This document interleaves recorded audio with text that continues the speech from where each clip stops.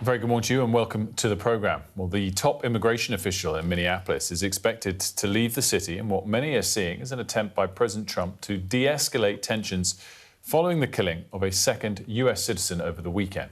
So his name is Gregory Bovino. He's become really the face of the Trump administration's ICE operation in Minneapolis. He's now going back to his old job on the border, and a different member of Trump's team is going to lead immigration efforts there. And look, it's going to be, I think it's fair to say, pretty welcome news in Minneapolis, where tensions are still very high. Martha Kellner's there. She sent this report. On this street in suburban Minneapolis, everyone is on alert. They believe this car has ICE immigration agents inside.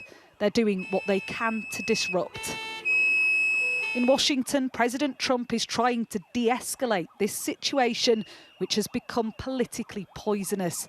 But tensions remain high. You think that there's ICE agents inside this car? I think so. I mean, that's what the neighborhood networks are saying. President Trump has said that he's looking at reducing the number of ICE agents in this city. No, they need to get out, all of them, every single one. What is it doing to this place? It's creating this suspicion of, like, every car that goes by, everybody watches as it goes by because you don't know. They have just shot a man. They shot that guy. I know. This video shows the aftermath of the killing of Alex Pretty. A doctor who was nearby rushed to this scene. He says he was initially blocked by immigration agents from providing medical care to Pretty. In court documents, the doctor said officers appeared to be focused on counting the victim's bullet wounds instead of performing CPR. Pretty was initially cast by the Trump administration as a domestic terrorist intent on a massacre, despite there being no evidence of that. But the White House is now striking a softer tone. Press Secretary Caroline Leavitt saying President Trump will work alongside Minnesota's Democratic governor. It is President Trump's hope and wish and demand for the resistance and chaos to end today. That's why President Trump spoke with Governor Walz directly this morning, and he has outlined a clear and simple path to restoring law and order in Minnesota. Trump is now sending border czar Tom Homan to handle immigration enforcement in Minneapolis. Gregory Bovino, who had been leading the crackdown here, has been stripped of his role as Border Patrol commander.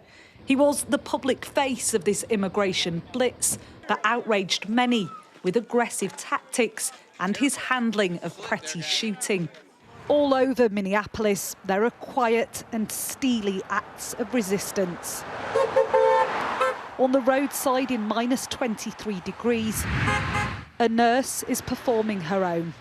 You know, they disarmed him and then shot him 10 times. And man, if that doesn't wake up every person in America, I can't see how anybody could feasibly or reasonably support the Trump administration or be comfortable with what's happening here in Minnesota. Do you think Minnesota has been very deliberately targeted by President Trump? There's an example being made out of us. We're a functioning welfare state. We take care of our people, and we're still a donor state. We vote blue. I think Donald Trump and his administration thought that it would be easy to walk into Minneapolis and rile people up. Inside, get the lettuce inside. Outside a church nearby, people are collecting and organising aid boxes. It's a scene more common to a disaster zone. Food and hygiene supplies ready to be delivered to members of the immigrant community. It doesn't make sense not to help them. There are people that, are in process, they're afraid to go out, but there are people that are already legal citizens that are afraid to go out. So I think we need to help them. This place has been great. Thank you. Just throw everything on top. I got the Okay. People here are fighting against the crackdown on migrants in so many ways. And maybe the climb down in Washington suggests it's working. Martha Kellner, Sky News, Minneapolis. So, Martha, they're saying, is this the moment when the protests are working, that we have seen some kind of change of tone, tactic from the White House? Wills, what your take? Well, I think the very fact that Greg Bovino is being withdrawn, as we said in that report, he's the head of Border Patrol, And I think when you look at the sort of White House personnel involved, if what's being reported is what materialises in the next couple of days, I think it's also interesting. So Kirsty Noem's the head of Homeland Security, who Greg Bovino officially reports to. And if she is now stood down a bit as being the White House spokesperson on this, and Tom Homan, who is Trump's border czar, is his title, sort of picks up both roles. He's the White House spokesperson for it and the person that's now going into Minneapolis to lead things on the ground. I think it gives a chance for the tension to come down as well at the political level. Interestingly, Tom Homan, he's very, very tough on immigration, and no two ways about that. He did also used to work in the Obama administration. He worked in border enforcement then, as well as obviously leading things for President Trump now. But he's already said he's had a phone call with Jacob Frey, the mayor of Minneapolis. He was the one who said, I should F off. Right? Exactly. Yeah. And you basically, for most, obviously there's major tensions on the ground, but for most of the last month, you've had the mayor of Minneapolis on the ground there, and Kirsty Noem, in White House, the head of Homeland Security, giving totally polar opposite press conferences, you know, as if different events took place.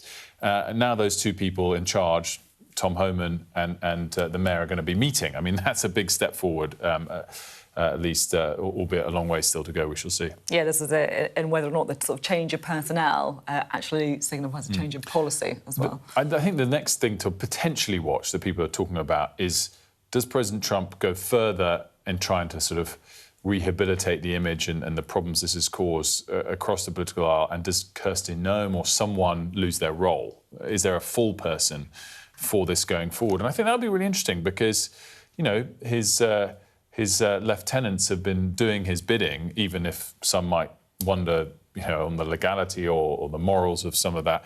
You start to throw one under the bus, you know, what does that do to the loyalty more broadly of your lieutenants going forward? So we you know, lots to watch, I think, going forward.